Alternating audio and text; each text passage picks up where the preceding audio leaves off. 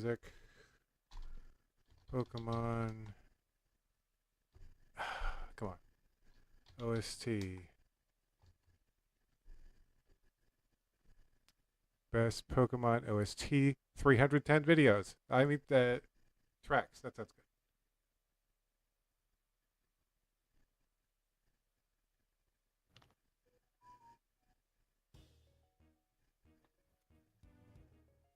Kick. There we go. We are live. Is this the one that we hear during the Scarlet and Violet? We are now live everywhere. Let me just share this.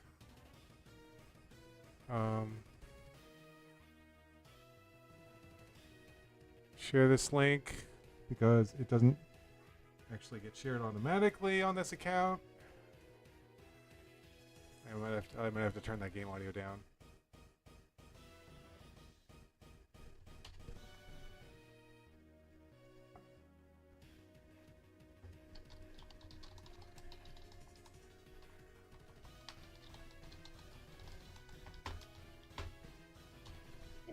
It's getting a little bit too competitive. We haven't got into the dramatic stuff in the story yet. Okay. Hold on. I gotta change the volume here. It's a bit loud. Chrome is being a bit. Come on, Chrome. I'm not even playing a game or anything. Okay. Come on, Chrome.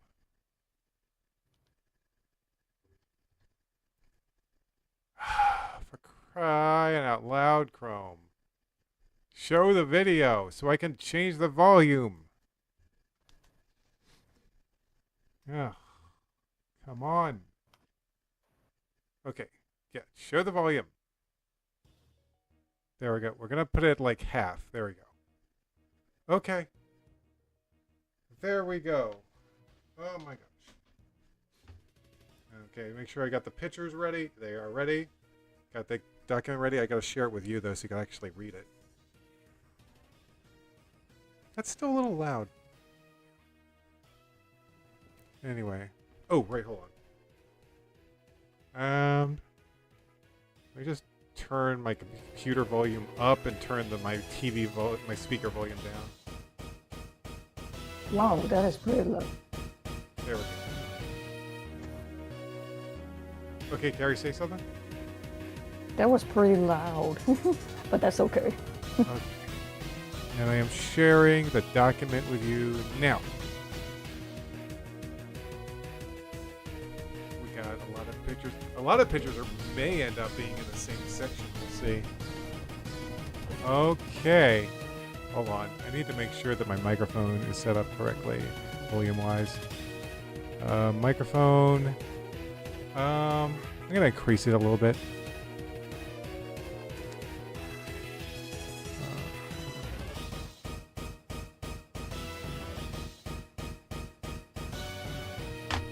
Okay, how about that? There we go. Now I'm getting into yellow up there. Good, good, good. Yes. All right. Oh, we got 3 people watching. Okay, let's get started reading. Hey, Carrie, I'm gonna start the reading here. Okay. All right. So, yeah, we left off. Dan had just lost a battle to the main villain, and his family, most of his family are captured. Danny was sent out to get a Larvitar to stop the psychic, and Barbara got teleported to who knows where. So we're gonna find out what's going on right now. Chapter 21: Intense Training and Scramble. Kind of suck. Yeah, and by the way, the rest of this thing, which is like 60, 70 pages long, there was no chapter division before I edited it like a few weeks back. This was like 70 or 80 pages of no like differentiation between chapters. So I had to go in and like decide, okay, there's going to be a chapter here, there's going to be a chapter here. So you're welcome. Anyway. Question, do you think that you're going to print this in a zine format or something? Can you imagine how cool is that? Even though that probably will make me broke. All right, this is it. Chapter 21, Intense Training and Scramble. Let's start reading. Barbara struggled against the mighty waves. Rill had plunged her into the middle of a terrible sea storm. So yeah, that's one of the worst places you could be teleported to. She was constantly being pushed under, and any hope of her rescue looked bleak. There were no ships around her, and land was nowhere in sight. She doubted that she would ever see her family again. She felt like letting herself go under, but damn, this got dark. Letting herself go under before she was able to, she saw a welcome sight. Mew! Oh, is that Mew saying that? Oh yeah, Mew! Or is that Mew? I don't know. Whatever. I'm just gonna say Mew. Yeah. Meow was flying right above her head, and he lowered his tail to her. Grab it, he ordered telepathically. The moment Barbara touched the tail, she was standing on firm ground outside her home in Light River City. Hey, Alan! Alan! It's Alan's here. Hello! Thanks for coming to the live stream. We're going to read some Pokemon stuff, and I have created illustrations that I will include in the document every so often for this Pokemon story. Okay. So yeah, teleported to her home in Light River City. Light River! I'm going to add a few coughing because she just came from almost drowning in the sea. Light River. Yes, Barbara, Meow said. Let me tell you what happened before you were sent into the ocean. Before Dan defeated Rill, he somehow spoke to me. I still don't know how, but it felt like he was speaking to me the same way he speaks to Legend. He told me ahead that he was going to choose you. But why me? He knew having Jack would give our side a huge advantage. And since you were the only one who knew where he was, he chose you. I mean, he's in his house, so I don't know why that's like so important. He's in his house. He needs us to bring Jack back. Back to the past. Hurry. We have to go to my house. Soaring high above the sea, Danny, Steven, and Damien, misspelled, would soon be at Mount Silver. Do you think a Larvitar will be hard to find? Steven asked. Not from what I've heard, answered Damien. I hear they live all over the cave. Damien, pay close attention. We're coming up on Johto. It isn't hard to find. You can see the peak of the mountain from where we are now. Damien pointed to a mountain peak extending high above the clouds. No, I see it now. Legend 2, can you land right over there? Legend 2 picked up speed and landed on top of the mountain peak. This wasn't quite what I had in mind, Legend 2. Just take us down to the base of the mountain. The moment they landed in front of the mountain, 2 guards cornered them. Stop where you are, they ordered. Only those who have 16 badges may pass. Well, we may not have that many badges, Danny admitted, but how about a signed pass from Lance of the Elite Four? Danny gave them the 3 passes Lance had issued, and the guards inspected them. Everything looks in order. Carry on! Thanks for the lift, Legend 2. You can take a break in your Pokeball now. Danny and Steven looked around and didn't see any Pokemon anywhere. Over this way, Damien called, pushing over some tall bushes to get past. There was a small Pokemon Center on the other side, surrounded by a field made up of many long blades of grass. At the end of the field was the entrance to Mount Silver. It looked simple enough at first, but soon flames, ice beams, hyper beams, and psi beams began shooting up from the ground. This may be harder than we thought, Danny pointed out. Meow unlocked the door to Jack's house with his mind as Barbara had lost her key. Oh god, hold on, I gotta banhammer someone here.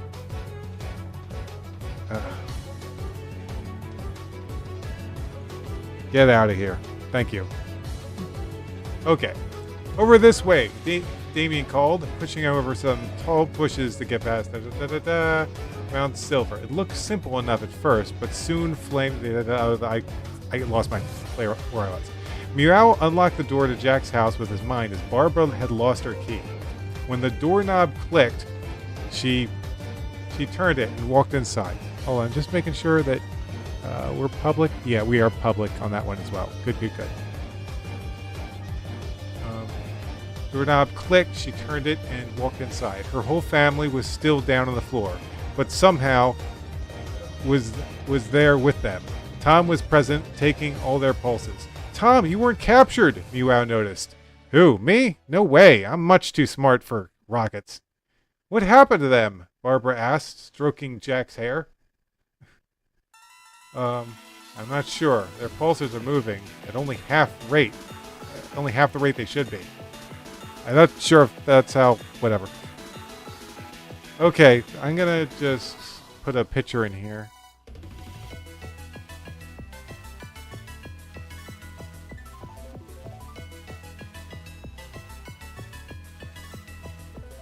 Okay.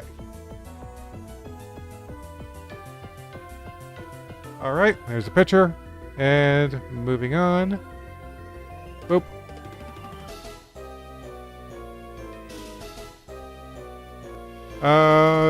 Carrie, do you want to continue? You want to go now? Yeah, sure, no problem. Let me go and read it.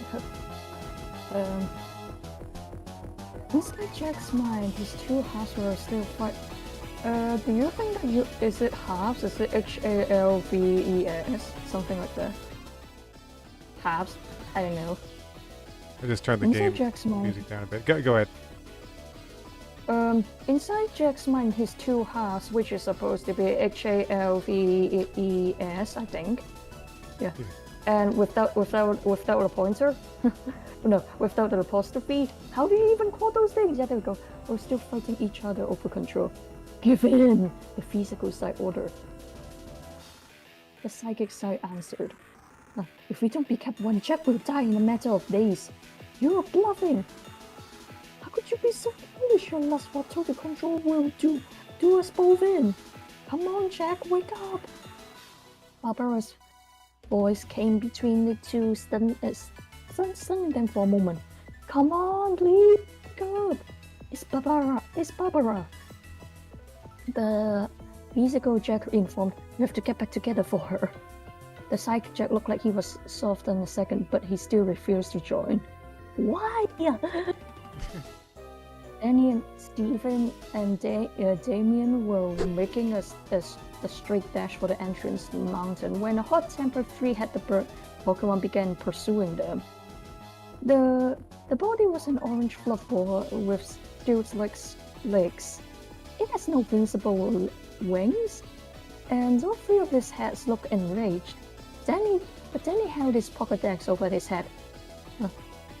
The trio, the triple bird Pokemon, if one of the heads gets to eat the other, will be satisfied too, and they will stop squabbling. I would fight back, but the second I tried, I would be pecked to death, Danny informed. It looks like they are squabbling now, Stephen pointed out. Look, I think I know how to distract them long enough for us to attack. Stephen opened the grey bag and heaved something over his shoulder. It's a temptingly juicy berry, and all three of the trio heads went for it. Now's our chance. Red Knight, go! The trio swallowed the tasty fruit and turned to Red Knight. Force swipe! Red Knight slashed her claw upward, slamming the middle head backwards. When the two remaining heads examined the middle one, they looked at each other and ran away as fast as they could. Hey, I think I should let Red Knight walk with us until we are far away from this place. Yeah! Danny's companions exclaimed. The opening of the mountain was tall as a house. That is not a very tall mountain as a house, and looking and inside looked as dark as a house after the power outage. It looks kind of dark in here. There's a typo. It looks kind of dark in here. Oh yeah. It looks kind of dark. No. It looks. Yeah. It looks kind of dark there. Stephen pointed out. Don't worry. My Pokemon knows Flash. Danny replied. As Danny and Damien stepped into the cave, Stephen didn't move from his spot. Aren't you coming? Yeah, I'm coming. The steel trainer answered, following them slowly. What's that all about? Damien asked. Are you afraid of the dark, Steve? No, he answered Danny loudly. No, it's not the dark. Hey, whatever it is, let's just try not to think about it. Danny suggested, our minds need to be on our current task, not on phobias.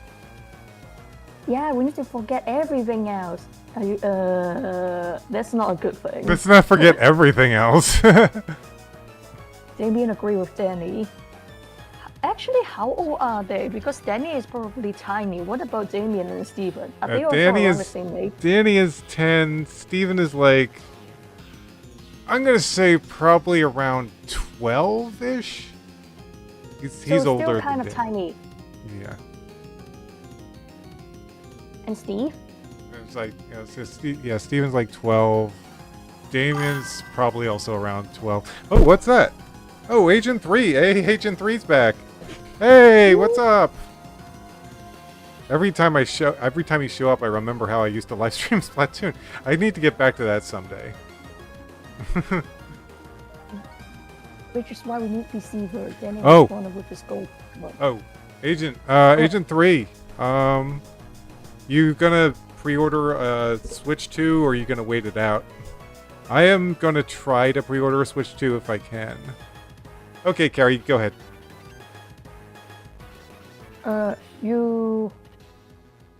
You gonna pre-order it? Okay, that's very cool. I hope that it isn't too expensive though. How much was the one that you got? The one with the Switch. With the first one I got? Yeah. The first one I got was like 300, but this one's a bit more pricey. It wasn't too bad. Let me just. Okay. Maybe your eyes are like night vision goggles, but ours aren't. Stephen remarked. Which is why we need Deceiver. Danny responded with his ghost Pokemon. Deceiver felt right at home. Whoops. In the darkness, and she embraced it by dancing. Only Damien was able to see her. Use Flash! Danny's mischievous was disappointed at her trainer's command, but she still obeyed. A bright blast of light ignited from her, and it was now possible for Danny and Stephen to see the cave. Josh, I can't believe it! You are AL! Duplica exclaimed.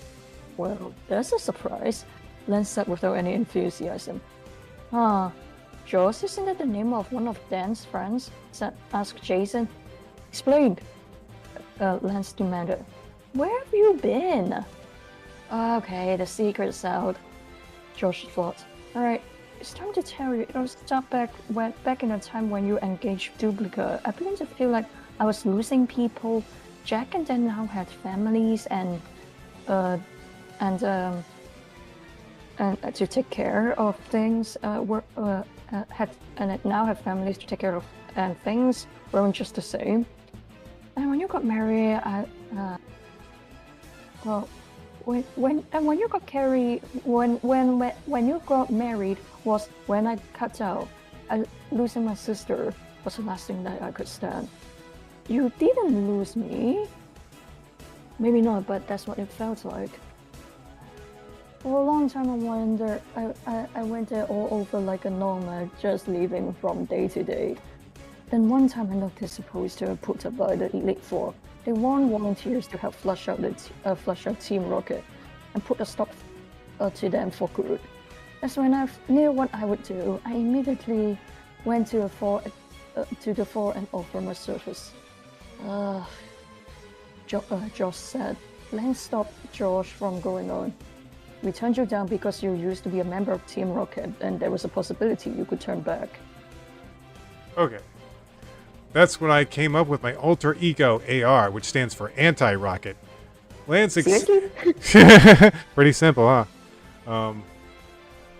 Lance accepted him, and he sent him to Johto to break into the rocket base and discover their plans. But unfortunately, my plans were changed when I stumbled across Dan's children. I began following them instead of completing my mission. However, they in turn led me to the rockets again and again. They were like rocket magnets. I'm laughing at the stream. I'm glad you're laughing, Agent 3. I guess that whoever is going to be the I suppose that the boy who is not taking care of the rockets has a grudge against Dan because he kind of ruined Giovanni's party. But that grudge is really deep. Like, what the heck, dude? Josh! Duplica huffed. Yes? Josh whimpered. I've missed you, she said, as tears filled her eyes. I'm sorry, Josh apologized. Did I just rhyme? Filled her eyes, apologized. He said, let's see. Danny's group carefully searched the inside of Mount Silver, but they did not see any Larvitar or any other wild Pokemon. Damien, I thought you said they were everywhere. Steven complained. I think that you probably are going to make it sound like a Damien, you lied to me. Damien, you lied to me. I think Deceiver's that's possessive.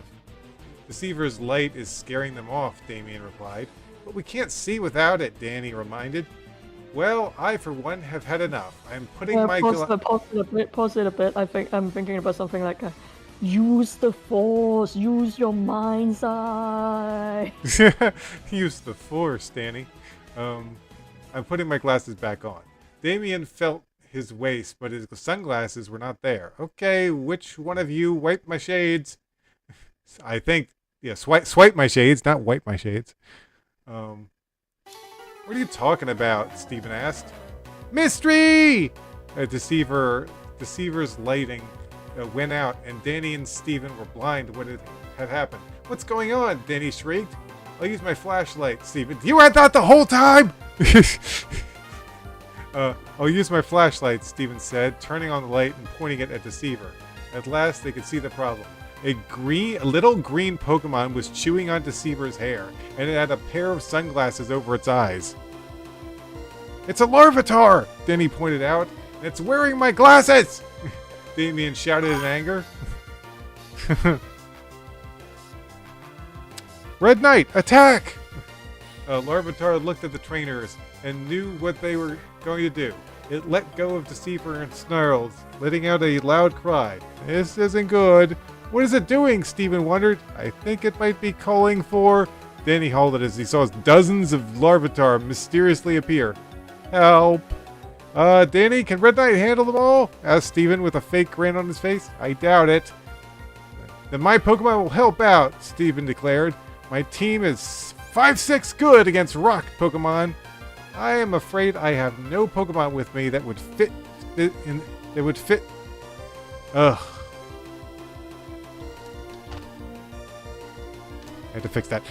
That would work well for this situation, Damien announced. Hold on, my characters. There we go. Danny, can Red Knight... blah, blah, blah, blah, blah. I'm afraid of that. Damien announced. Don't sweat it. With Steven's Steel, Grass, and Water Pokemon, and my Steel and Water Pokemon, we can't lose, Danny assured. Monsoon, Quagsire, help Red Knight weaken those Larvitar. The Larvitar that stole Damien's glasses led its Larvitar companions into battle. All the steel types, use your steel attacks and water Pokemon. Use water gun. Run a leaf, raise a leaf would make it too easy, so use Vine Whip instead. The Pokemon, under the instruction of the trainers, went on the offensive and ran forth to meet the Larvitar head on, except Steven's Forretress. Hold on. I got a picture.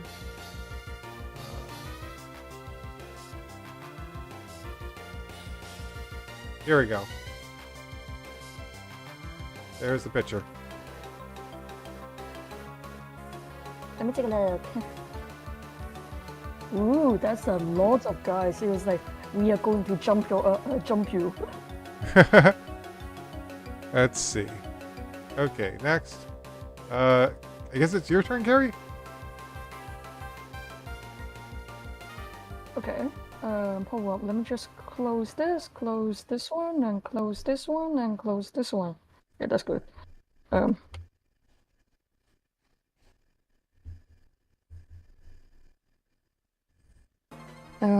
up.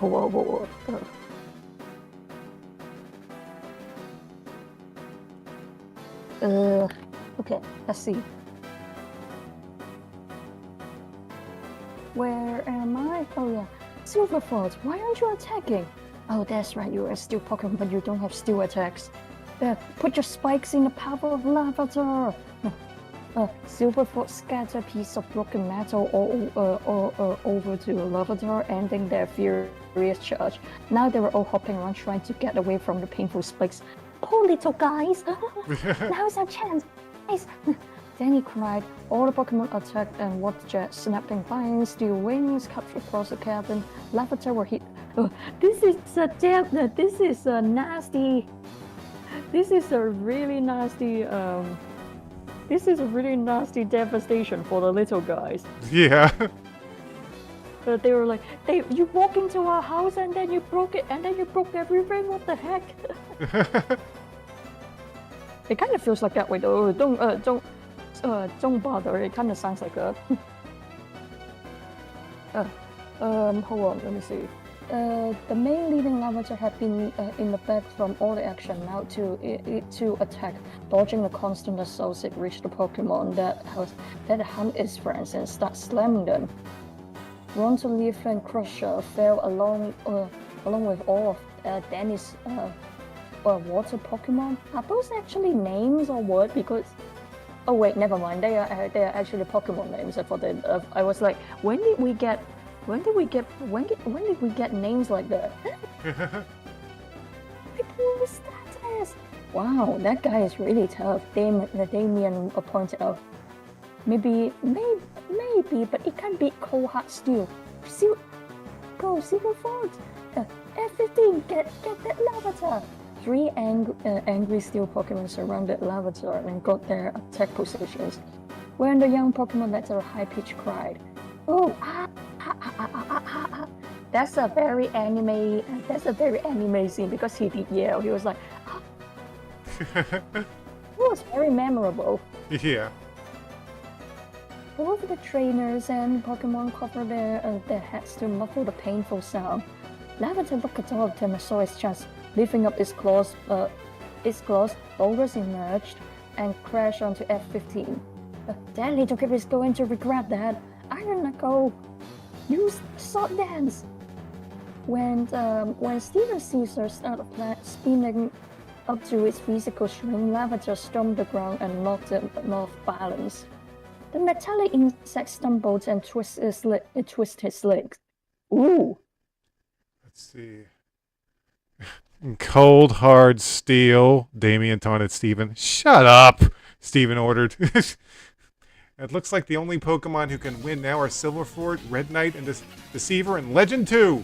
Danny declared. Legend 2! Possibly Danny's strongest Pokemon flashed out of her ball. Legend 2! Get that, Larvitar!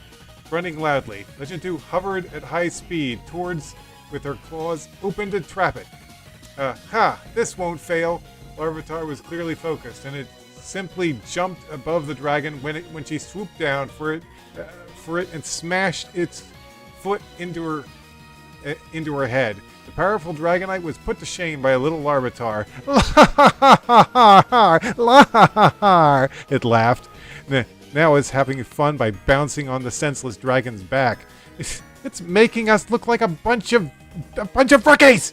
As Steven yelled, stomping his feet. Larvitar was still on Legend 2, and it was taunting Deceiver and Silverfoot by making a face at it. Deceiver's mouth was frowning, and Silverfort's eyes were full of anger. Both of them attacked first. Deceiver sent a shadow ball, but Larvitar rolled off Legend 2, who was just waking up. The ghost attack sawed to the dragon's total defeat, and her head fell back down.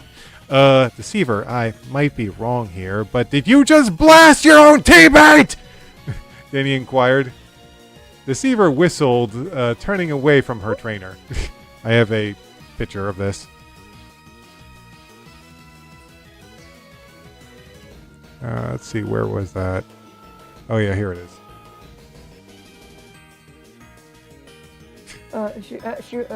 She was like, I actually feel bad, but yeah.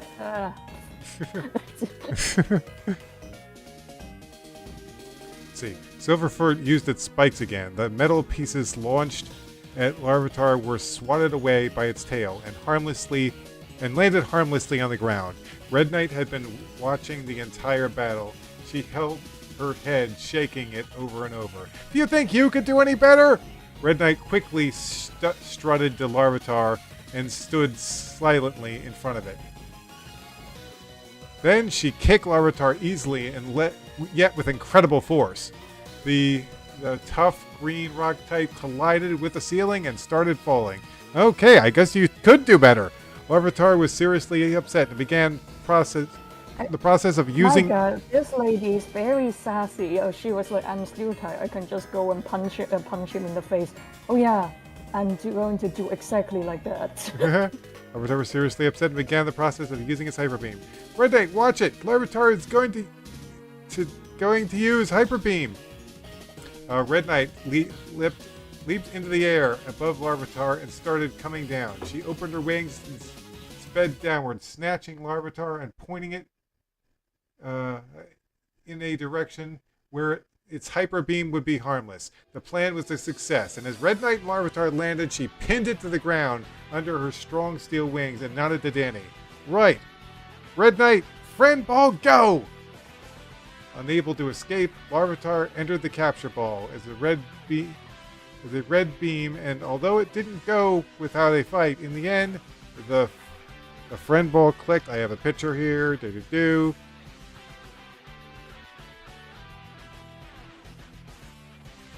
I didn't realize Red Knight was pinning it to the ground. If I remembered that, I would have drawn Red Knight pinning it to the ground, but this is all we get. Probably get it would be a little bit too hard for you to draw though. I mean, I guess I could rotate it onto its side and pin it that way. Yeah, I suppose you can do that. At last I have a Larvitar! Danny loudly declared, jumping about. Yeah, but at what cost? Damien asked, looking around. Dozens upon dozens of wounded Pokemon were lying all around them, and it looked like a war zone. Well, since there are many Larvitar here, I guess I'll capture one too. Yikes, how are we going to get back? Danny fretted. Legend 2 was the one who took us here. Now she's out cold. Thanks to a certain ghost I know. Have you guys thought about healing the other little guys though? Because their leader is being captured now. I kind of feel bad for them. But I guess that in most of the time, Pokemon don't let you go down like that. Yeah. Hold on, let me just minimize this so I can see comments. There we go. Danny glanced at Deceiver and she looked at the ceiling, trying to avoid his eyes. Okay, then we move to a different scene. Vu! Deja! Duplica called on her children. This is your Uncle Josh. You're our uncle? Deja gasped.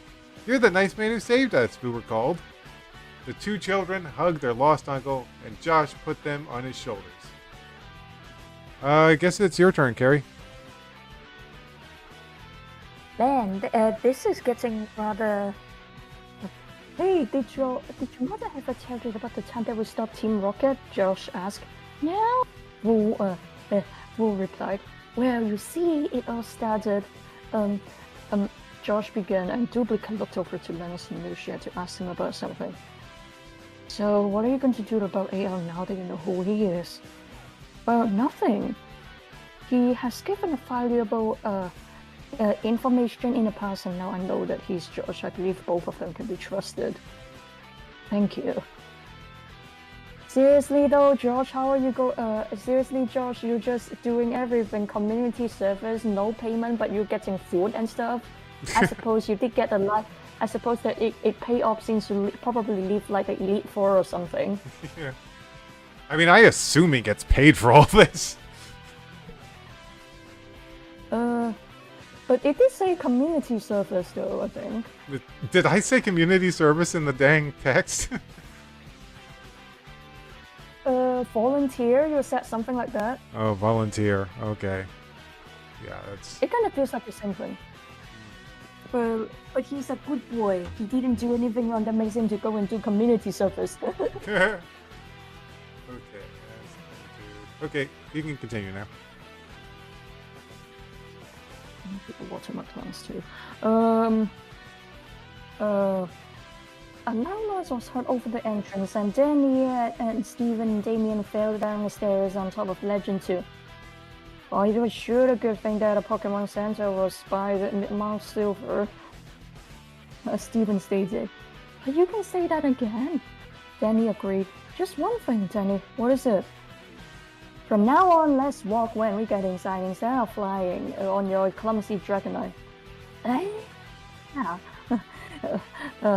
Legend argued with Stephen. Talon was sitting on the floor, continuously observing the damage to his sword, and it caught Danny's eye in a second. Whoa, dude, what happened to your sword? It was broken by Turner. Impossible! It was one of Kurt's swords, and no one that can break it. Damien saw that Talon also had Ian's sword, and that was when he placed his own blade beside it. So at last, all three of the rare swords of Kurt had been reunited. You found Ian, didn't you? Yeah, but he chose to stay. He said something about taking our swords to Kurt to make them strong again. Against heat. Strong against heat. Then we must take them there, Damien declared. Wait, but how are we going to get there if it is in Johto? Well, I can take you both. Can you imagine that if we put what happened in ZA into this one? It's like they are like you can walk around and then your Pokemon can follow you to dodge attacks. That would be cool, because back then you were just gonna be like, take that, take that, take that. Why does it take so long for you guys to being able to dodge it though? It kind of sucks. Yeah. I'll take you both. After all, you are getting freaking flyer miles on my Dragonites. What? Oh, there's a cart right now. It kind of like you're traveling on planes and stuff. What? You're leaving? Lance said, surprised. But what can swords do against real? It's not real. It was someone you need the swords for. Talon answered. Damien, don't you want me to get Lavender to return your sunglasses? Danny asked. And it's okay, Ian gave me an extra pair in case the other got lost. Besides, that little guy looks cool in them. Why do I feel like he's going to call his Lavatar Shades though? Harry, we mustn't waste a second. And to do so, we'll give the enemy an advantage. Claire informed. I think you got a typo with Claire above. It's like, I will take you both. Claire. Oh, yeah. Claire. Lance watched as Claire and the two boys left the room, and he was disappointed in them, and yet did nothing to stop them. Then he saw Josh telling his nephew and niece a story, but he didn't realize who he was. I don't think I've ever seen you before, excuse me. Oh yeah, you have Danny. You must have been Danny. I think that you were trying to say that. Oh yeah, you have. Hold on, you have Danny. Oh, you have Danny, Josh assured him. Oh, let me see. It suddenly came to Danny and he couldn't believe it. You were... Oh. Okay. Well, actually, now you can call me Josh. Josh! Oh, now it all makes sense! So you're my dad's friend! Ha! And all this time I thought it was Jack. A huge laugh nearly got out of Josh's mouth, but he managed to hold it in. Danny, did you get a Larvitar? Danny, did you get a Larvitar? Lance asked. Right here, Lance, Danny answered, showing him the friend ball. Good. You must start training it this second. Follow me. Danny and Steven walked after Lance into a different part of the basement. It had a small Pokemon battle arena for Larvitar to train in. We don't have much time. You have to get it to evolve. Larvitar, come on out! Thanks to the friend ball, Larvitar was now conscientious and tame. It even shook Danny's hand. This is very strange. Yeah, it's called mind control. It's funny. Like I was like, oh, a friend ball is nice. It makes a Pokemon friendly. It's like that kind of means it's mind control, doesn't it? I told you before, the friend ball makes any Pokemon captures in friendly towards its trainer. Wow, the gaslighting effect in this damn thing is actually working pretty well. What the heck? Lance, come here! Yeah. Oh, what? I said, well, wow, the gaslighting effect in this damn ball is actually working. Yeah, the gaslight ball. And then Lance is like, what the heck? Lance, come here, summoned Jason. Lance returned to the main area and heard an eerie voice coming from Jason's radio. I know you're out there, Lance, Real informed. And you have to be listening to this because it's on every radio wave in... I think I'm just going to say... frequency. In Kanto. I am well aware that you are bringing together your little trainer friends to go against me. And I can tell you right now it won't work. But to be fair, I'll let you have 2 more days to prepare.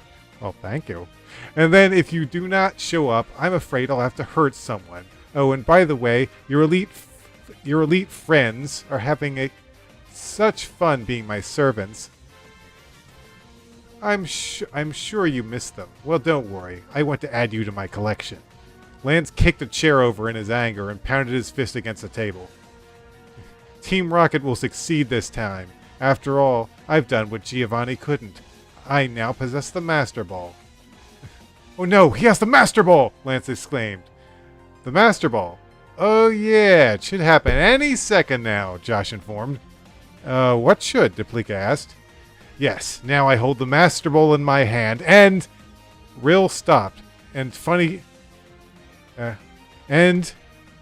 a funny voice could suddenly be heard. Ditto! What's this? I've been double-crossed!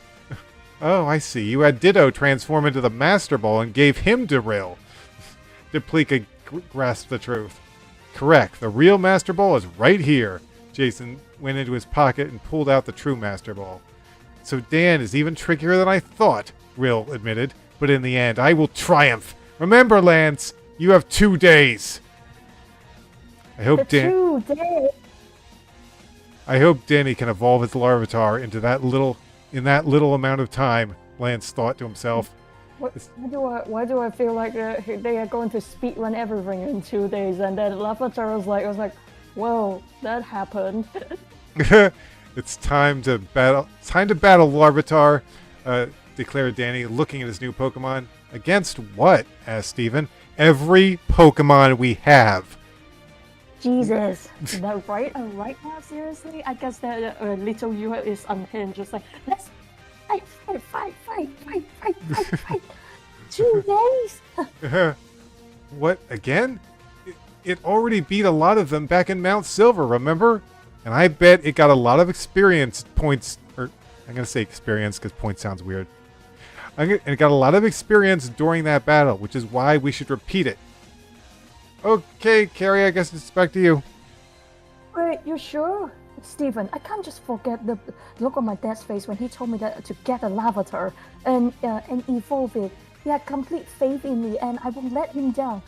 Really saw your Pokemon and I will really solve mine. Having a Tyranitar is our only hope to defeat a real. You sure about this? I don't think that is the only way to defeat him. You could just go and ask Lugia, and then Lugia was like, hey, this guy stinks, I can help you for free. I don't know, but it probably feels like that way. Look, take heed, Danny. A simple battle won't level up your Pokemon. They also have to win. You can do okay, we both know that. Yeah, if I win with my Pokemon, I will get stronger, sure. It's a win situation, now let's fight. Okay, I would choose Crusher. I think that one time you type Crusher with, you use Crusher, but you type C instead of using K. Huh. Well, we'll figure that out later. Do your stuff, Lavater! Crusher, Hydro Pump, Sunny Day! Lavater weakened the blow from water by heating up the room. Your water power has been lowered. Use Ice Beam instead. But it's the same as water, isn't it? And yet somehow it isn't. Lavater screeched to lower Crusher's defense. Lavater's loud outcry from monks was back, and even the Crusher stepped away from it, still hit the opponent with Ice Beam. It is a little too quick, so we better slow it a little. Scary face. Crusher's jaw snapped open and it leered Lavater down.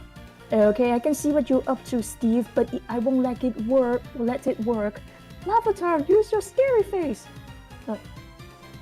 How does his scary face going to look like that? Because he's just a weasel guy. You have a gift on that? Because that would be funny. They just were pulling scary faces on each other. Yeah, I don't. Lavater makes his facial expression equally as terrifying as Crusher, and the crocodile nearly tripped over in fear. Really? Really? Now that your Pokemon speed has been lowered as well as mine, Lavater is the fastest again. Are you ready for a tricky couple that I just fought up? He's up to something. Steven said to himself. Crusher, attack as fast as you can. Sandstorm! Sand blew out Lavater's mouth and Crusher was... there you go, you're with... is it Crusher? I think you're type... Oh yeah, you're type C. Messed it up again.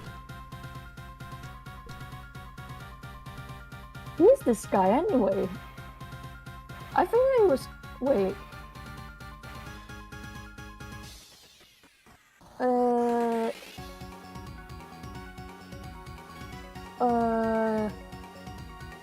I look at it, but it turns out to be one of the characters. Her name is Grusha. No, his name is Grusha. Whoops. So who is Crusher anyway? It's a nickname for a crocodile. Okay, sorry, my bad. We got Steve the crocodile, and then we got this one. Okay. Surf! Lavater, go underground! Crusher's wave crashed down, but Lavater was already several feet under the floor. Just stay there for a bit. Crusher, use Earthquake, and it will still hit Lavater and do twice the damage.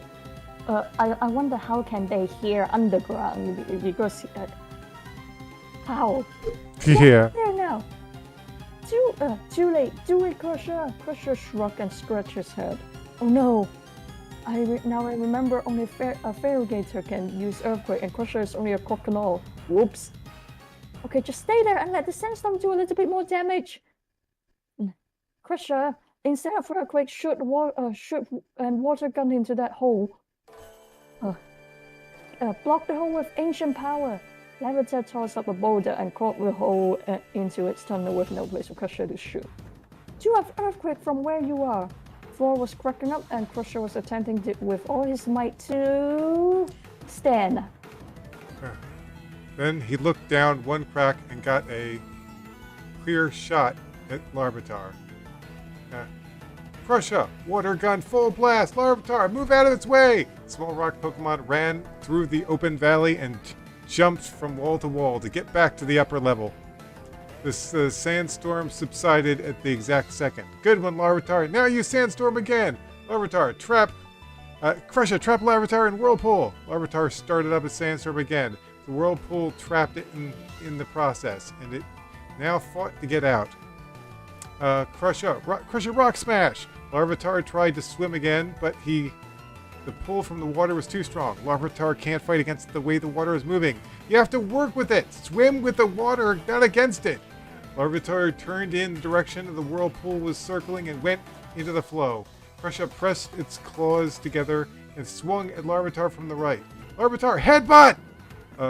Using the pull of the water to its advantage, Larvitar made one last turn and then flung out of the turning funnel like a football into Crusher's chest. The as the whirlpool dispersed, Crusha leered at Larvitar to push away and sat down on the floor. Okay, I got another picture here.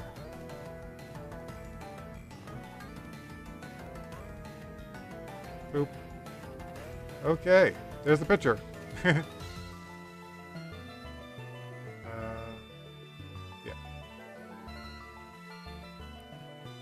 Let's see. Minimize this. It looked like Crusha has had enough for now, Steven said, looking at Danny. I've never faced anyone else who used this type of strategy, thought to himself. I've seen him use all three of the field change techniques, Sunny Day, Rain Dance, and Sandstorm, in his own Pokemon win. Of course, that's why he's so good. Using your opponent's moves against him is brilliant, but I won't fall for it next time. Come on, Steven, Larvitar needs more experience. Then let us continue. I guess I'll switch it over to you, Carrie. Well, that was quick. There was a picture. Do you want to read until the next pause so that I can take over if there's a pause? I guess because there is another picture coming up anyway. Far away, a dragon Pokemon flew 3 passengers into a small town in Johto known as Azalea. The place had not changed at all since Danny and Polly were last there. So, does anyone know where Kurt lives in Azalea Town? Damien asked as Claire had her Dragonite land. Not a clue, Talon responded. I'm not sure myself, Claire added. It looks like we'll have to ask for directions. Damien pointed out. They all agreed that the best place to ask would be the Pokemon Center, but the nurse that worked there was timid when they asked her. I would tell you, but I don't think it would do much good, she answered them. Why not? Questioned Claire. Well, Kurt is in the hospital. What? Exclaimed Talon and Damien. He suffered a heart attack a couple hours ago and was rushed to the emergency room. Where is the hospital? Talon inquired. Go outside and take a left until you come to it, but I don't think you'll be allowed to see him in this condition. Oh god, okay, I don't like what Claire says here. It seems kind of rude to me. We'll see about that. Dude, he had a heart attack. Like, Claire, calm down. The hospital was conveniently located close to the Pokemon Center, but a woman at the check-in desk informed the three that Kurt's condition was still unknown. So they sat down like several other people there. Guess the only thing we can do is wait and see, Damien stated. Kurt is a master Pokeball smith, informed Claire. It would be an immense loss if he passed away before passing his skills to another. Talon scanned the room. It looked like everyone there was troubled about something. Everyone sat on chairs, reading magazines, and hugging each other for comfort. However, there was one woman particular that stood out. She looked more worried than anyone else there. She was somewhere in her early 20s. Oh god, I think I made her look too young in the picture. And wore a light pink dress. Her brown hair was tied in 2 loops. I guess I just made her... I actually changed her design a bit in the picture, but I guess in the description I just kind of made her look like she does in the game. Loops and the ends went around and came through the bands. She looks familiar, Talon thought to herself. Stephen, we have to keep going. Danny informed. Larvitar needs to train more. But all my Pokemons are down. Then use mine. Danny handed Stephen 5 other Pokemon sealed inside their Pokeballs. You want me to use yours? Yes, it's the only way we have more opponents for Larvitar. In that case, I have no choice. Eric was walking down the Safari Zone. He wanted to ask Real many questions. I don't understand why he's giving Lance more time, and why he's letting Danny and his friends go free. These questions were deep in his thoughts, and he desired answers. But before he can knock, the door heard loud laughter from within. Inside, Real was alone with Turner, and they believed themselves to be unhurt. Can you believe those rockets? Really, but they are all total fools. How easily I got them under my control. They truly believe that you will let them to keep the power they have now. Turner laughed. Once your plan is complete, Master, you will be the supreme ruler of both Kanto and Johto. Yeah, why should I stop there, Turner? The only ones that could stop me would be rival psychics, and I managed to send nearly all of them into coma by separating their minds and soul from their soul, their mind soul from their body soul. There's actually two of those things, you know. There's two of those things, you know. There's no one who can win against you now, Master. Thank you, Turner. I'm so glad that I hypnotized you. You are a fine servant, unlike those weak rockets. Alec couldn't believe what he was hearing. His anger was leaking out, and his sputter quiet comments that only he could hear. How could he? He asked himself. Okay, picture.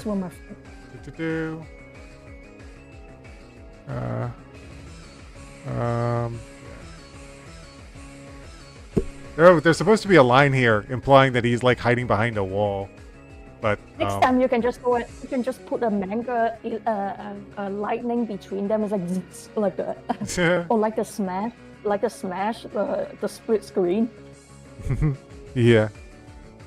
The rockets were my first stepping stones, but now I found new ones.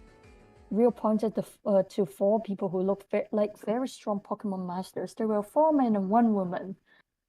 One man was extremely large and muscular, and the only clothing worn maybe one was long white and tattered pants. He had black braces around his ankles and long black hair. I think that the only clothing he wore, you were trying to say. Let's see. The only clothing he. Yeah. Okay. Another looked like he was attending a masquerade ball. He had a black mask around his eyes, had red hair, and wore a black vest.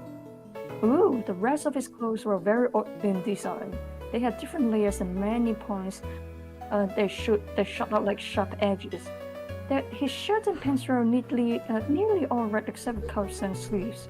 The last man was dressed like a ninja. He wore the dark purple uniform, and a matching scarf went over his shoulder. He had this black spiky hair, and the material around his elbow was made to see through. The woman's hair was long and white. She wore a short-sleeved black dress and high heel shoes. You got a typo with heel. High-heeled. Heel. Now that the Elite Four are at my command, I will finish my business with the rockets right after Lance's little team attacks. They wouldn't dare, Turner exclaimed. They will. It is only a matter of time, and when they do, the rockets will be our human barriers. That should take care of them, and the best part is we won't even have to lift a finger. Now Eric was afraid and outraged. All that he had worked for was about to be thrown away. Team Rocket has worked for him, and now he just wants to toss us like we're garbage? Well, we'll see about that. Wouldn't he be surprised if his own army turned against him? Beware, Rill. Your reign over us is coming to an abrupt end sooner than you think. Talon was still looking at the woman in the hospital, and he at last remembered who she was. Excuse me, but is your name Maisie? Yes, it is, but who are you? Okay, I'm going to put a picture in here. Picture. These names are very, very, very, very,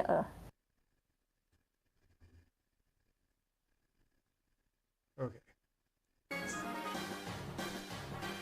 I think I needed to I needed to make her look a little bit older. Oh well. My name is Talon, and I remember you from when I was younger. My family used to be good friends with your grandfather. What? Then you... Oh, hold on. Then you must be from the Myth family. Yes, of course, my grandpa had 3 close friends, and he forged 3 special swords for each of them. One of those friends was a myth, but why are you here? And that's the question. I need your grandfather's help to fix my sword. Talon withdrew his broken blade and put it before Maisie. Oh my, I've seen this sword before, she gasped. Many years ago, when I was just a little girl. Okay, I think there's a problem here. How is... You know what, I'm not going to think too much on it. What do you mean? Let's see. Should I continue? Yeah, do you want to? My family used to visit you and your grandfather. That was how I recognized you. Yes, I remember you now. Only my grandpa were well enough to help you, but he isn't. We'll wait, Teller remarked. We'll wait for his heart attack to be done. I can read from here. Okay. One of the days that Lance was given almost over, and Lavender has not yet evolved. Although you had fought Danny's Pokemon Stevens and he had this and the trainers have provided, it still lacks sufficient experience points. Why won't it evolve?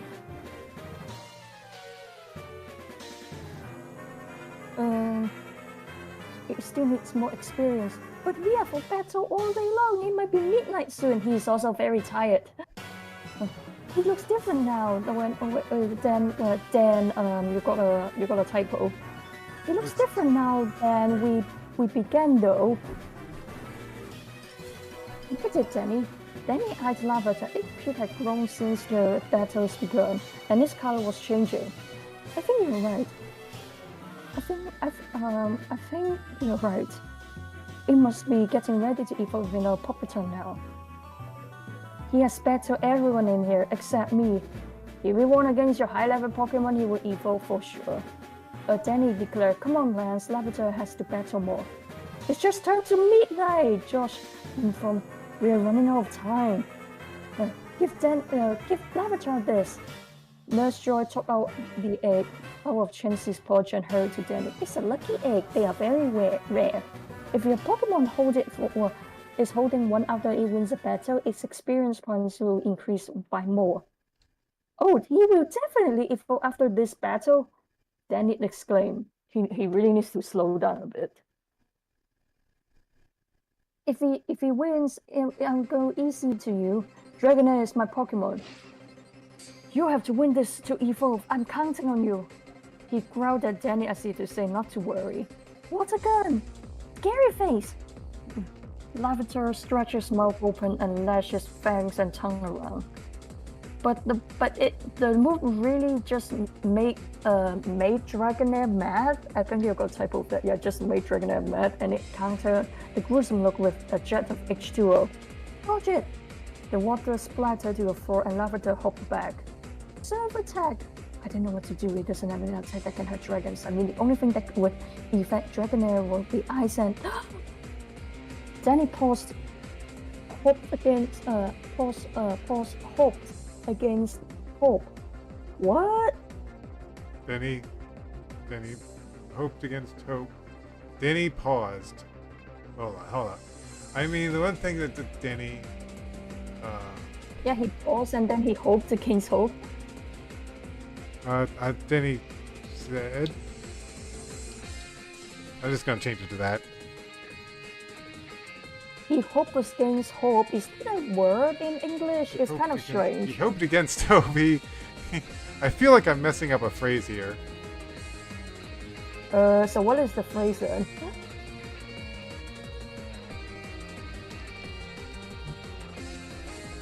Hoped against hope is an idiom that means to hope. Hoped against hope is an idiom that means to hope for something even when there is little or no chance of it happening. So yeah, it is an actual phrase. Interesting, okay. He hopes against hope that Lavender knew a certain attack. I hope he knows his move. Outrage! The rock Pokemon started shaking and orange whipping bolts of light shot out. Dragonair was building a wave beneath itself, so Lavender jogged backwards. Now the wave was moving ahead and accelerating. Then he knew this would end the battle and he struggled with the question. Should I bring him back? However, the powerful Larvitar had no intention of stopping now that they charged straight into the wave. What?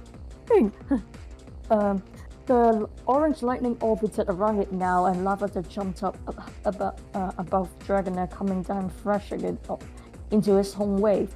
The force Larvitar exerted on Dragonair was enough to push itself clear past the water. Dragonair slipped out of it, but it wasn't on its own wheel. The wave had forced it out. Oh, great! Great, Larvitar! You won the match!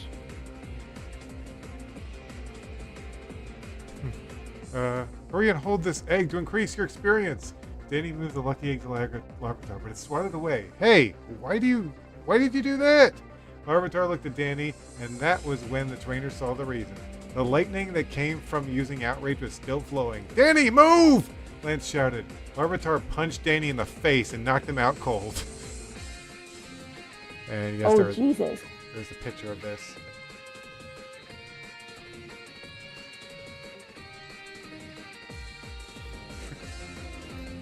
Let's see. Oh, no outrage is making Larvitar. Oh no! Outrage is making Larvitar go out of control. Well, Larvitar roared and started kicking and pounding everything it saw. We have to stop it! Stephen exclaimed. Larvitar was a formidable Pokemon, and everything it touched crumbled into dust. Jeez. Dragonite, restrain Larvitar with Wrap! Lance commanded. A thick orange tail extended and tied around Larvitar's arms. Excellent, Dragonite. Now hold it tight. Dragonite's face looked angry, and the struggle to hold Larvitar was too great. As it let go, the green, mean Pokemon gave swift blows to Dragonite's feet, quickly sending it to the floor. Stop it, Larvitar! Stop it, Larvitar! Nurse Joy ordered. Regain control! The outrage was not yet over, and now Larvitar set its eyes on its next target, Nurse Joy. Lance sent his Gyarados to end Larvitar's rampage, but to no avail. The powerful blue dragon Pokemon was grabbed by its tail and swung around in circles. Oh, I should have drawn that. That's hilarious. Do you want to copy this phrase and put it into your to-draw list? That would be cool. Then all Larvitar had to do was release its grip, and Gyarados shot out like a dart into the back wall. Nurse Joy was completely unguarded as Larvitar approached her. Stay back! Larvitar could not stop now, and it ruthlessly lunged for her. Ah! Joy awaited Larvitar to hurt her, and she put her arms in front of her face. But her Chansey got in front of her and took all of Larvitar's attacks. Huh? Oh no, Chansey! That's it. I've had it with this monster. Steven. Oh, I guess it's your turn?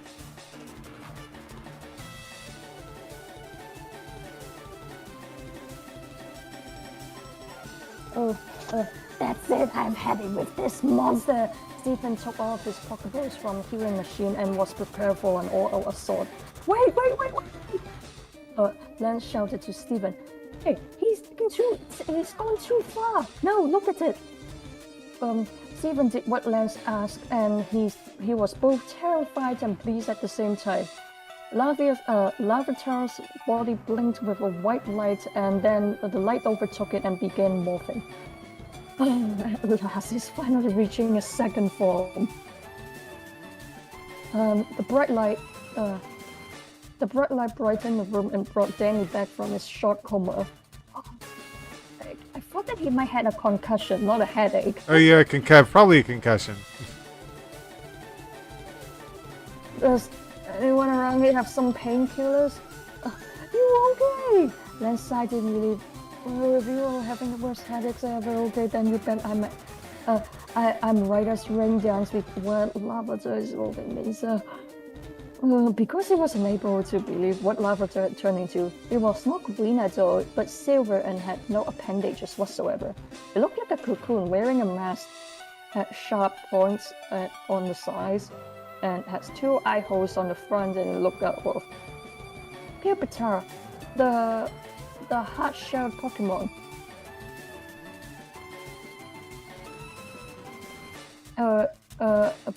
It evolved from the evolved form of Larvitar. Its shell is as hard as a sheet rock, and is very, very strong. Its fraction can easily make mountains crumble. I'm not sure that we want Lavatar to evolve after all. Danny looked back away from Pulpiter. I think the outrage finally stopped. Pulpiter grumbled and jumped up and down, sending tremors in the direction. Then again, I could be wrong. Hold it back now! Cried Stephen. Return!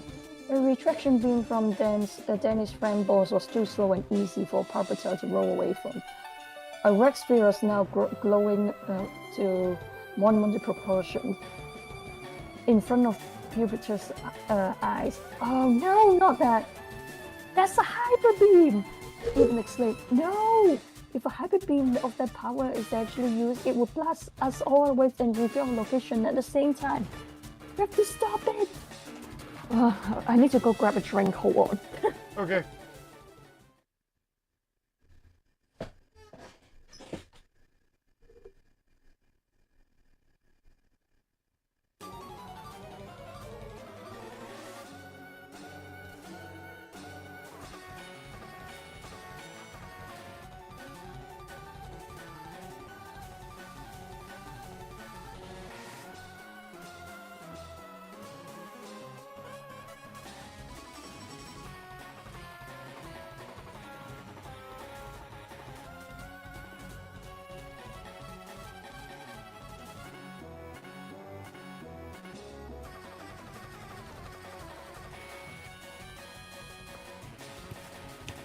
I think you need to grab a drink too.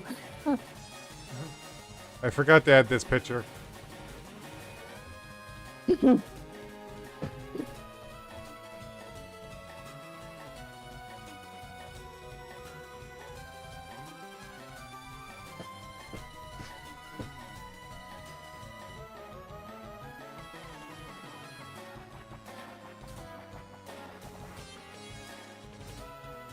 Wow, that's a picture next to another picture. Look at that. It's very soon. Let's see. Go back. Okay. Oh, Chansey. No, I mean go down. Yeah.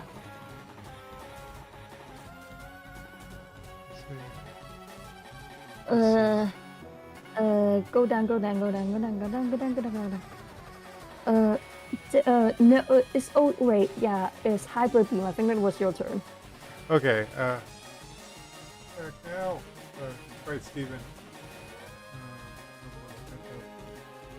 Average stopped. Pupitar returned. The retraction beam from Danny's friend ball was too slow and easy for Pupitar to roll away from. A red sphere was now growing in monumental proportions right in front of the Pupitar's eyes. No, not that! It's going to shoot a huge hyper beam! Steven exclaimed. No, I feel like I've been part of this. Stop it. There's no way. Shell will be tough. I think we can. Okay, here we go. I know what you're thinking, and I'm with you. Red Knight, go! Iron Knuckle, go! The two Caesar expanded out of their capture balls. Okay, you two, we need you to reach your maximum attack power, Danny said. It looked like it was too late for anything to save them from Pupitar's mighty hyper beam. The Pupa Pokemon was ready to fire, but something stopped its progress. A blue blast covered Pupitar and froze it inside an ice block. However, the hyper beam had been extinguished and still hovered. The hyper beam had not been extinguished and still hovered before it. Danny looked at Chansey. Her mouth was open and her breath was visible. Chansey used a blizzard attack. Hurry! Pupitar is breaking out! Joy shouted. Pupitar was fighting against the ice and knocking it apart. Red Knight, Iron Knuckle, could you please hurry up? Screamed Steven. Yeah, dance! Danny ordered. Iron Knuckle took Red Knight's claws and they began dancing sideways and dipping. Is that even a sword dance? I doubt it, Steven remarked. The ice block exploded and Pupitar was released. It was from within, anxious to use its lethal ray. Red Knight, help! The two prancing Pokemon spun around once and then turned their claws on the ruthless Pupitar.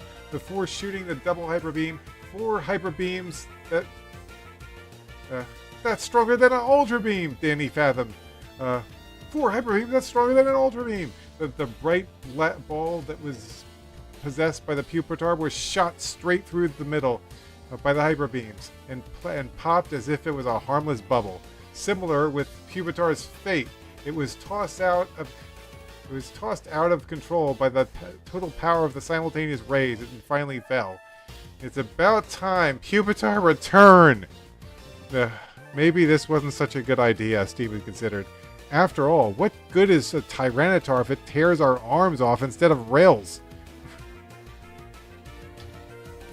We have no choice, Lance informed.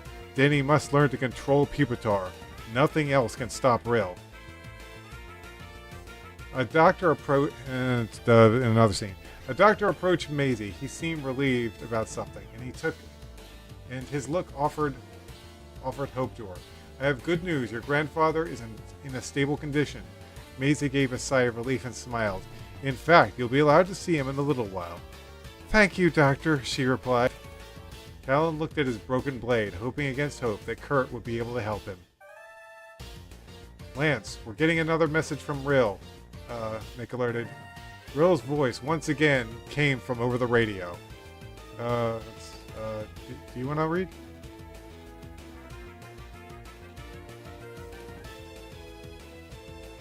Actually, hold on. 1, 2, 3, 4, 5. Oh, we got 5 pages left.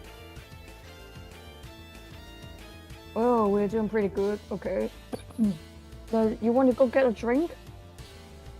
I'm good. You sure you need to get some? I'm good for now. You are being silly. You have been speaking non-stop for an hour and you didn't even drink water. I feel fine. No, you're not. No, okay, you don't need to. I'm terribly sorry, Lance, but time is up. But only 1 day has passed. Yeah, I know. Now I promised you 2 days, but taking over a nation is so much fun that I don't have time to wait for you. Therefore, you have 2 hours to show yourselves, or well, I'd rather not say. I'm looking forward to seeing you. Lance slapped the radio off the table in rage. It cost me lots of pocket dollars. Jason complained. This is it then. It's time to attack. Okay, not you, Danny. Stephen, Josh, Dubrica, and her children are going to stay here with you until Propita evolves. Then you might come after us. You want me to stay? Oh, there must be oh, my voice is not doing so well without that. You want me to take over? Yeah, you can do that. Yeah. Yes, there must be adult supervision. Danny, we will fight Rill without you, but I doubt we will win. No matter what, promise me you won't attack Rill until Pupitar evolves. All right, you have my word, Danny answered, crossing his fingers behind his back. Good boy. Now everyone who isn't staying, follow me. Lance and his volunteer troops, okay, I guess they are volunteers. No one's getting paid! Lance and his volunteer troops filtered out of the basement, leaving only Danny and his friends to train Pupitar. Okay, let's get into that cabinet. What? Danny commanded. Danny ran over to a food cabinet and opened the door. Inside was a box labeled rare candy. Danny, you're not doing what I think you're doing, are you? Josh asked. Oh yeah, desperate times call for desperate measures. If we feed Pupitar all this rare candy, it will definitely evolve before 2 hours. I don't know about this, Stephen worried. Danny broke the seal and looked over to Nurse Joy, whom had also stayed. Joy, is Pupitar better yet? Danny, what you want to attempt is very risky. It's true that rare candy instantly pushes your Pokemon up 1 level, but the statuses may not be as good as they could be. And another thing, if a Pokemon grow from experience, they become closer to their trainers and mature. But if they just grow by eating, they may never be tameable. Lance said you have to tame Pupitar, Stephen reminded. Otherwise, it will just do whatever it wants. Train it, Danny, Josh ordered. Danny took one of the bright red and blue rare candies looking at it in his hand. Then he let it drop back into the box. Well, everyone, he addressed them, are you going to stand around or are we going to have a Tyranitar? The doctor re-entered the waiting room and informed them that the visitors could speak to Kurt. He led them down the hall to the door into Kurt's room. The hospital was very busy that day, and doctors, assistants, and patients were constantly rushing around. This is his room, but please talk to him gently. Oh, okay. Don't yell at him! The doctor slowly opened the door, where Kurt lay. Maisie tiptoed in, followed by the rest, and got down on her knees by Kurt's bedside. Maisie, is that you? He asked, choking. Yes, Grandpa, it's me. Kurt put his hand over his granddaughter's head, I guess? I'm glad I can see you again. Kurt's vision was far off. It was far off things. What? Kurt's vision was far off things was rather blurred. Oh. Vision. Kurt's vision of far off things was rather blurred, but he did notice 3 others in the room. Who else is here? That's not a comma. That's not a quote. They are our friends, Grandpa, and they need your help. What friends? Kurt, we are 2 descendants of the families you gave those swords to, Talon informed. What? That voice, it sounds like a myth. My grandpa. No, Grandpa, that was Talon. Yes, you are a myth. Boy, how I wish I didn't have that last name, Talon remarked. Confuses everyone. Tell me what troubles you lads, Kurt requested. Our swords need to be reforged so that they can withstand intense heat, Damien answered. Talon and Ian held the 2 rare weapons before the creator. Oh my. The swords, I could never forget them. I gave them to the heads of the 3 households who had been the most kind to me. But what is this? One of them is missing and the other one you have here was only half its original blade? Yes, and the one that is damaged is my sword, and the other that you speak of belongs to Ian. Kurt closed his eyes to rest for a moment. Then he continued. Before I can tell you how to make your blades heat-proof, you must fix that. You must fix that one. But we don't know how, Claire informed, and I will tell you my secret. Usually those who forge swords just burn metal and hammer it into a hard blade. But I, however, fuse the metal with different and very rare apricorns to make them extra strong. I discovered this a long time ago when I had just become known as a great Pokeball smith.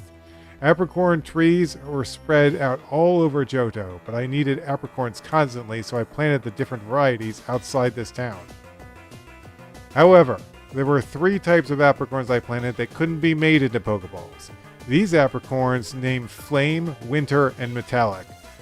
The Flame apricorn could not become a Pokeball because every time it neared fire, it would explode into a giant flame. The Winter apricorn could never get burnt, and even if it were placed in boiling water, it would remain as cold as ice. The Metallic apricorn could break down to 2 too easily and would melt in seconds when exposed to heat. However, with special methods, I combine the apricorns with different oh god, this just goes on and on, doesn't it? Different metals to make sharp weapons. I pierce through the flame apricorn with a thin, oh my gosh, it really goes into a lot of detail, jeez. With incomplete blade, then threw it into my furnace. The combusting apricorn burst the normal metal and surrounded it, giving it a red color. So that is why Ian's sword is red, Talon realized. Although the Winter apricorn was very heat resistant, unlike the Metallic apricorn, if it was exposed to an unrelenting and dangerously high temperature, such as molten lava, it would eventually degrade. You put it in molten lava? Damien remarked. No, of course not. I would be dead if I did that. I had my friend's Magmar put it in. Whatever works. At the same time, it was blowing a constant flamethrower on. It took a long time, but But with a great deal of patience, I was able to make that sword that you hold. And my stupid thing is auto-saving. There we go. Kurt pointed to Damien's... Okay, you know what? I'm just going to put a picture in here. This is going on and on over here.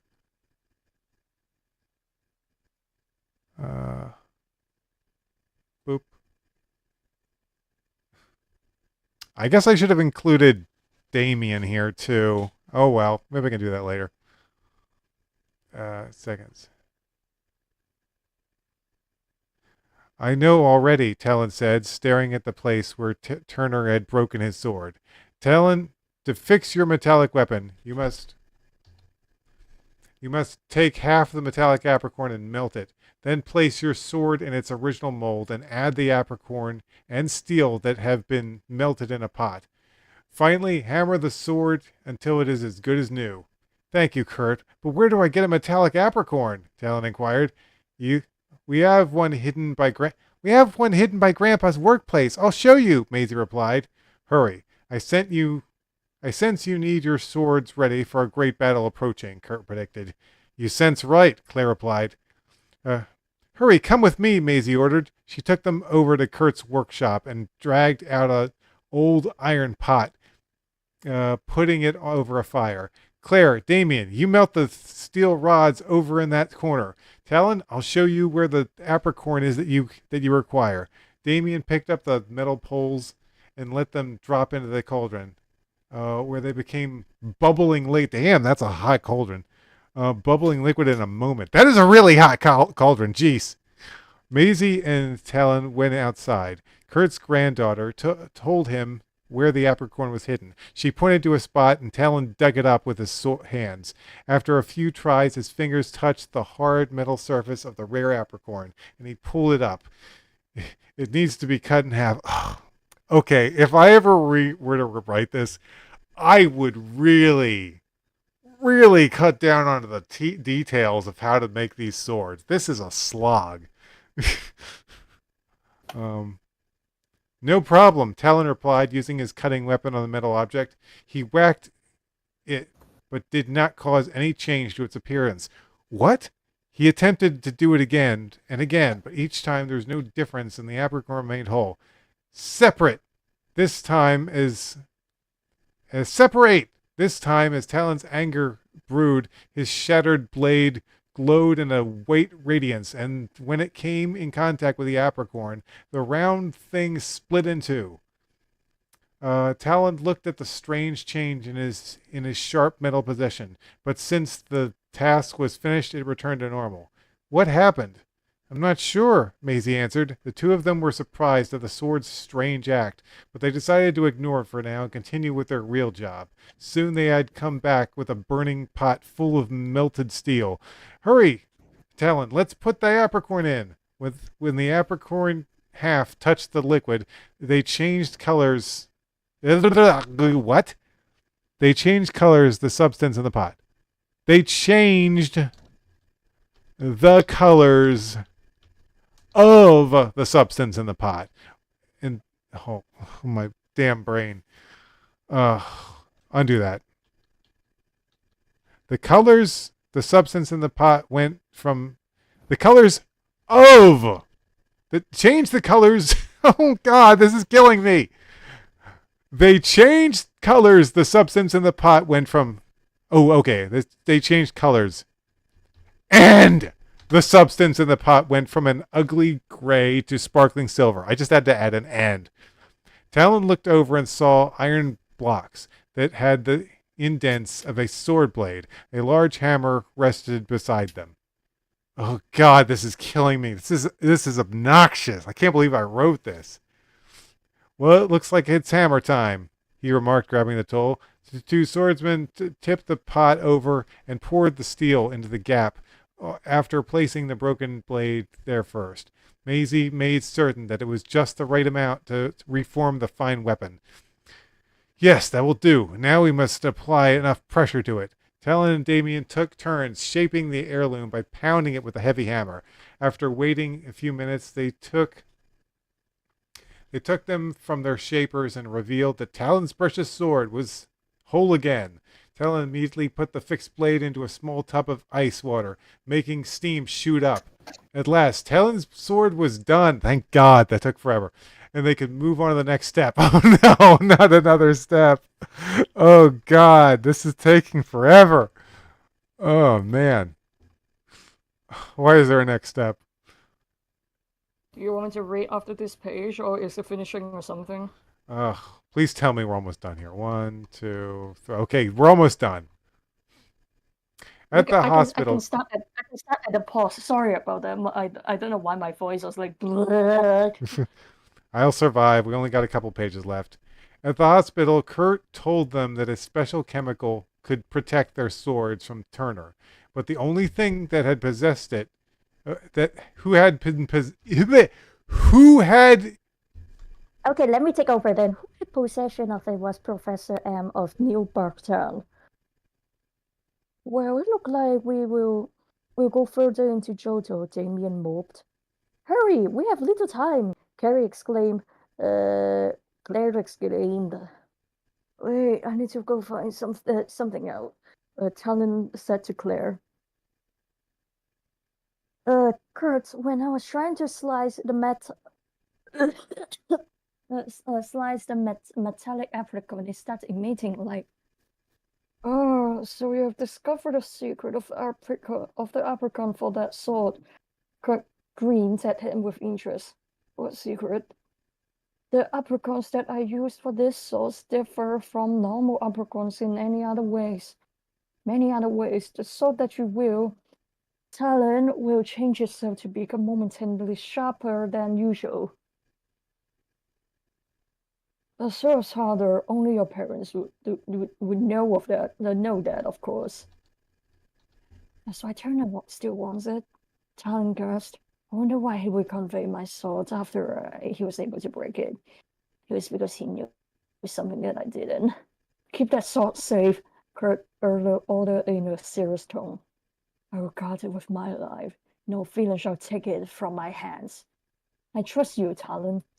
Thank you for all your help, Kurt. And you too, Macy, said Talon in gratitude. It was our pleasure, Macy answered.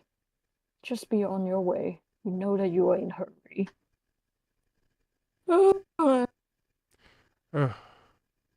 Patel was on the loose again and still took no orders. The only bright side was he was gaining experience.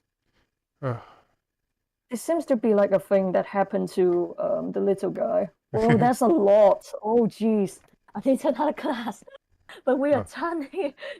I can do this, even though my voice is like, perpetually hurting. I'm fine to continue if you want. Okay, thank you.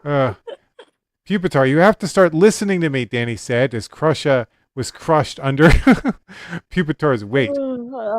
The pupa didn't pay any attention to Danny's orders and did as it pleased. Danny, I think I know why it won't obey you, Josh declared. What is it, Josh? Danny asked. Because it doesn't need to. So far in the previous 10 battles, it has been winning on its own. If we had it fight something difficult, it might listen to you to win. Good idea. I know just the Pokemon. Go, Red Knight! Red Knight stood in a defensive position, just waiting for Pupitar to attack. Red Knight, beat Pupitar! Pupitar hated Danny's words and went to harm the Steel Pokemon. Red Knight, counter! As Pupitar used Headbutt, a clear force field surrounded Red Knight and it propelled the rock type away. Now you'll need my help, Pupitar. You might have strength, but all your moves are physical, and they won't work against Red Knight when she uses a counter. Pupitar continued trying to attack, but each time Red Knight would force it back with counter when it made contact, or repel its long-range attack back at it with counter. Ready to use my help yet? Pupitar was focused on defeating Red Knight without help, but it didn't look likely at this time. The more it fought, the more it got tired and worn down, until eventually it was on its last leg, even though it really had none to start out with. Salute, little guys. We can't get rid of you. Salute, little guys. You can't get rid of me, says Jack. Hello, Jack. Then At that time, it finally looked to Danny for help. Okay, Pupitar, are you ready to work as a team now? It rocked back and forth. I'll take that as a yes. Fine then, let's get started. Pupitar, begin with a mud slap. Pupitar scooped up some of the dust on the floor and slapped it in Red Knight's eyes. I don't know how I did that without hands, but whatever. The Caesar was now blinded by the act and was unable to see its opponent. Great job! Now use double team! Pupitar suddenly had two twins on its sides, and they went out in different directions. Now you can fool Red Knight with after images and get a hit in. Red Knight's eyes were just open an inch, just enough to let her see. A Pupitar jumped for her and she countered, but it was an illusion and passed through her. Then another one tried also getting her to counter and passing through her also. Next, at last, the real one made its move, an attack with dig, as it sprung up from the ground, underground. Red Knight took it for an illusion and let her guard down. The powerful rock pupa collided directly into her back and tackled her to the floor. Danny rushed over to the two Pokemon. Pupitar! Now maybe you see what having a trainer is all about. Pupitar actually looked happy now. It saw its true potential if it worked with Danny, and it was very pleased. You still need more experience to evolve, though. I think Pupitar will finally start listening to Danny now, Steven said confidently to Josh. Yes, when Danny helped Pupitar defeat Red Knight, it was taught it can't win every fight on its own. Lance's small army of trainers was squatting quietly outside the safari zone. Lance, can you tell me why we're squatting here again? Jason inquired. We don't want to waste any time that could be given to Danny to evolve the Pupitar. We must wait until the last second to make our move. Oh, it's like Lord of the Rings. We must bide our time for Frodo. Okay, time to wrap this up. The 2 hours. Okay, I think I can do this. I think I can do this. Yeah. Okay. The 2 hours rule had given them were quickly running out, and Pupitar didn't look any closer to evolving than that typo right there. Then when they started, I'm quickly losing my patience. Then it grubbed. Maybe we should give a Pupitar rare candy. That might actually be a good idea. You just give it a small amount to see if it helps. Josh said. Then it's settled. Then he returned to where the rare candy was and grabbed a handful.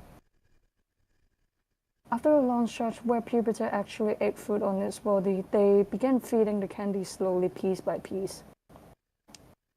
Each time its size increased by a small, the feeding was still hadn't. Okay. That's it. That's it. I won't expect that. That's it. That's it. It won't stand by and that's it. Or won't stand by? That's it. Hold on. I won't stand by and let Rio hold my family as prisoners. Hold off, Danny. We can't go after Lance until the Pupitar is evolved. Stephen reminded. I don't want to wait any longer. Heal Pupitar and all of my Pokemon. We are going to attack. Okay. That was Sorry about that. My voice suddenly goes. Yeah, well, thank God we made it to the end here. Yay! Save. Oh, boy. Woo! Woo! Cool. All right. Next time, Chapter 22. The fight begins! Another 50 pages or something? How long is this next chapter? 1, 2, 3, 4, 5, 6, 7, 8, 9. It's just 9 pages. That's short. We'll probably end up reading a little bit into chapter 23 then. Anyway.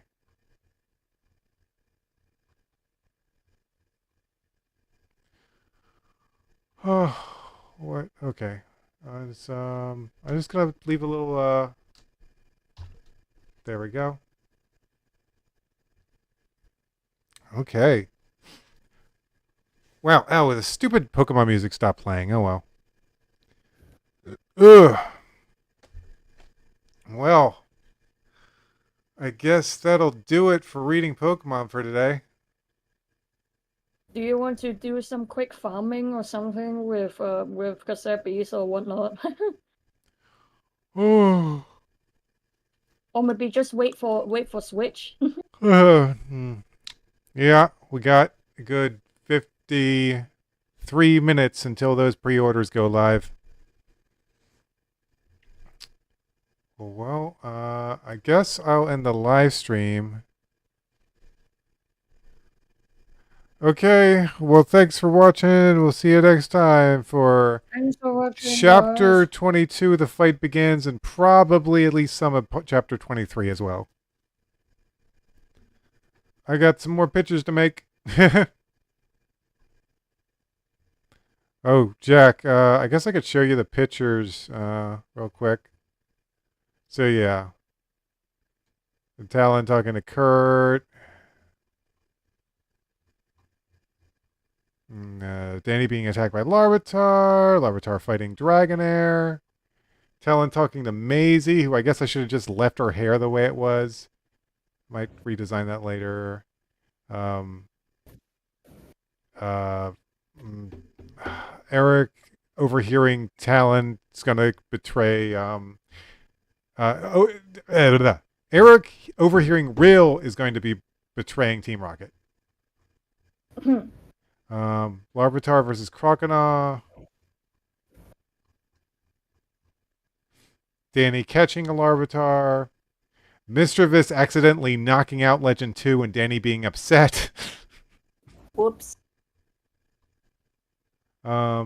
Big old battle between Larvitar and Wild Larvitar team and Danny and Steven's Pokemon. Barbara holding Jack, who was stuck in a coma, basically.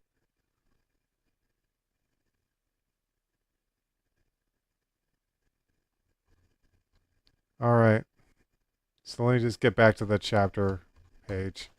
I think it was like 60 or something. Oh, here it is. Okay. All right, now that's the end of the live stream. I have to go probably continue talking to Carrie, but I am definitely gearing up for the Switch 2 pre-orders that are going to be starting up in just 50 minutes. So yeah, that's it for the live stream. See you next time. Mm-hmm.